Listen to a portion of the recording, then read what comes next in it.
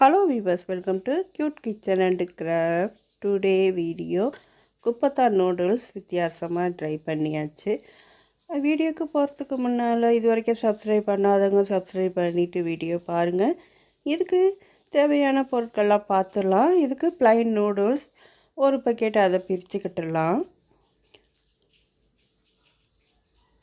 நம்ம கடைங்களில் வாங்குகிற மாதிரியே சூப்பரான டேஸ்ட்டில் அதே மாதிரியே செய்கிறதுக்கு ட்ரை பண்ணுவோம். இப்போ கொஞ்சம் தண்ணி கொதிக்க வச்சுட்டு அதில் கொஞ்சம் உப்பு, ஒரு ஸ்பூன் ஆயில் சேர்த்துக்கிட்டுருவோம். 1/2 கிலோ பாக்கெட்டில் பாதி எடுத்துருக்கேன். அதில் ஒரு 5 நிமிஷம் கொதிக்க வைங்கன்னு போட்டுருந்துச்சு.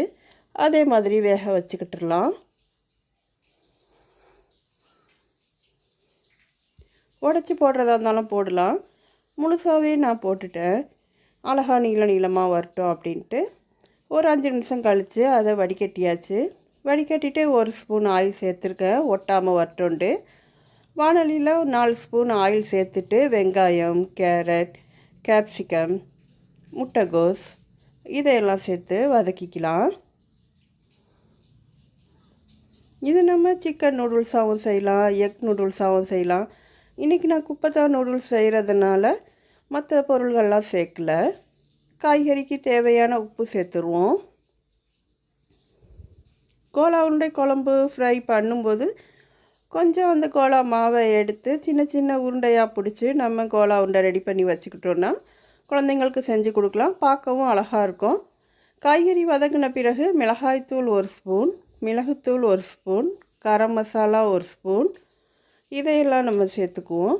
அதோட கூட எலுமிச்சை அரைப்பழம் அதுவும் சேர்த்துருக்கேன். லேசான புளிப்பு சுவையோடு நல்லா சூப்பராக இருக்கும் அப்படின்ட்டு இதையெல்லாம் சேர்த்துட்டு நல்லா நம்ம கிளறிக்கலாம்.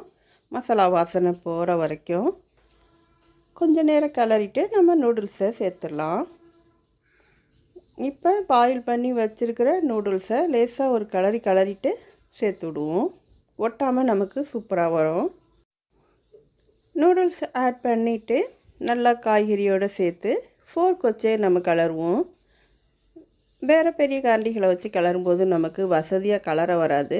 இந்த மாதிரி கிளறணுன்னா காய்கறியோட நூடுல்ஸ் நல்லா சேர்ந்து வரும். ஒரு 2 நிமிஷம் நல்லா கிளறிக்கலாம்.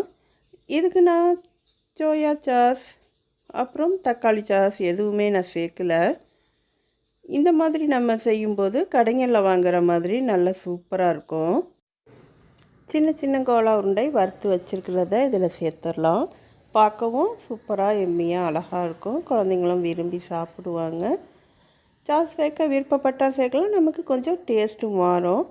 இப்போ நம்ம இந்த மாதிரி செய்கிறது கடைகளில் வாங்குகிற நூடுல்ஸ் மாதிரியே சூப்பராக இருக்கும்.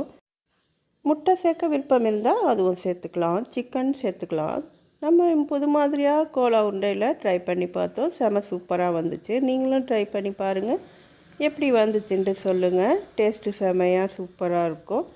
இது வரைக்கும் சேனல் சப்ஸ்கிரைப் பண்ணாதவங்க சப்ஸ்கிரைப் பண்ணிவிட்டு வீடியோ பாருங்கள். அடுத்தடுத்து நியூ வீடியோஸ் அப்டேட் ஆகிக்கிட்டே இருக்கும். தேங்க்யூ ஃபார் வாட்சிங்.